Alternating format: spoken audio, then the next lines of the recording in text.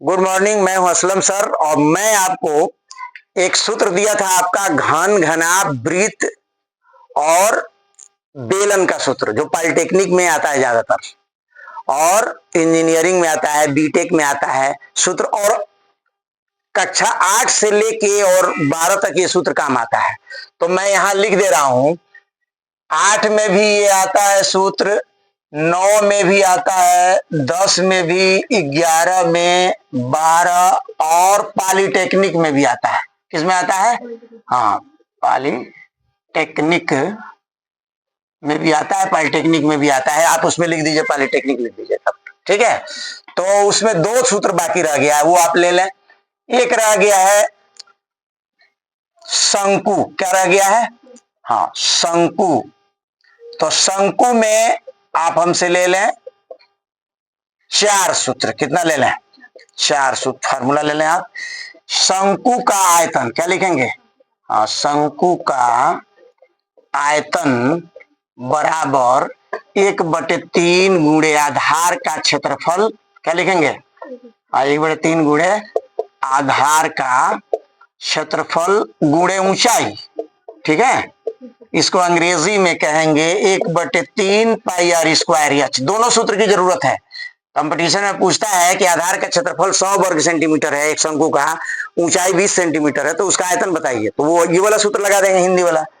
और दूसरा सूत्र है शंकु की तिरछी ऊंचाई। क्या होता है? शंकु की तिरछी ऊंचाई। शंकु की तिरछी ऊंचाई होता है करड़ी में L square minus R square, नहीं sorry, H square plus R square. क्या होता है? H square plus R square. देखिए यहां समझा दे रहा हम शंकु।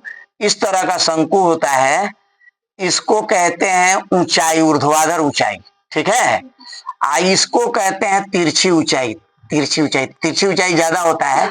तो ये देखिए एबीसी जो है एक शंकु, ये शंकु है, इसको शंकु कहते हैं, आप समझ लें। ये कक्षा 8 से में भी आता है, 8, 9, 10, 11, 12 में भी आता है ये, और पॉलिटेक्निक में भी आता है। तो शंकु की तिरछी ऊंचाई यल बराबर क्या लिखेंगे? यल निकल गया। अब देखिए शंकु क्या लिखेंगे? शंकु का वक्र पृष्ठ क्या लिखेंगे? शंकु का वक्र पृष्ठ। शंकु का वक्र पृष्ठ होता है पाई आर यल। क्या होता है? पाई आर यल। अगला शंकु का संपूर्ण पृष्ठ क्या होता है? शंकु का संपूर्ण पृष्ठ। शंकु का संपूर्ण पृष्ठ का सूत्र होता है पाई आर कोष्ठ में यल प्लस आर। होमवर्क की जरूरत नहीं है असलम मास्टर को, फटाफट लिखिए।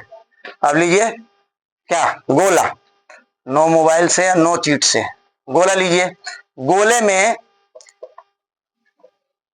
डी ले लीजिए, फर्स्ट, सेकेंड, और अर्धगोला ले लीजिए। क्या लेंगे?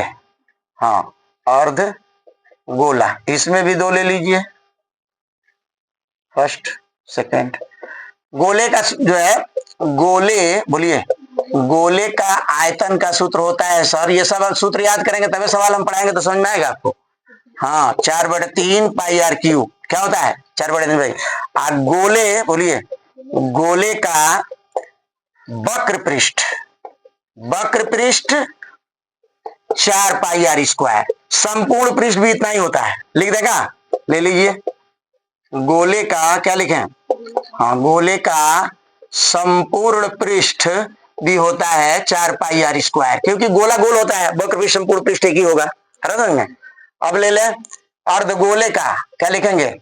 हाँ, अर्धगोले का आयतन। अर्धगोले का आयतन इसका आधा हो जाएगा सर, गोले का आयतन का आधा, यानी 2/3 पाई आर क्यूब। ठीक है, अर्धगोले का वक्र पृष्ठ, अर्धगोले का, हाँ, अर्धगोला ना हो, अर्धगोले का वक्र पृष्ठ। सर अर्धगोले का वक्र पृष्ठ हो जाएगा इसका आधा, 2 पाई आर स्क्वायर। लेकिन अर्धगोले का संपूर्ण पृष्ठ ज्यादा होगा, 3 पाई आर स्क्वायर। क्या होगा?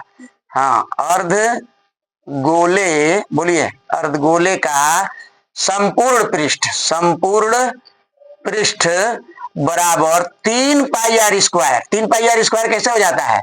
आप एक आलू ले लीजिए, उसको ऐसे काटिए, तो जब ऐसे काटेंगे तो दो गो ये है, एगो ये सरफेस 3 पाई आर स्क्वायर।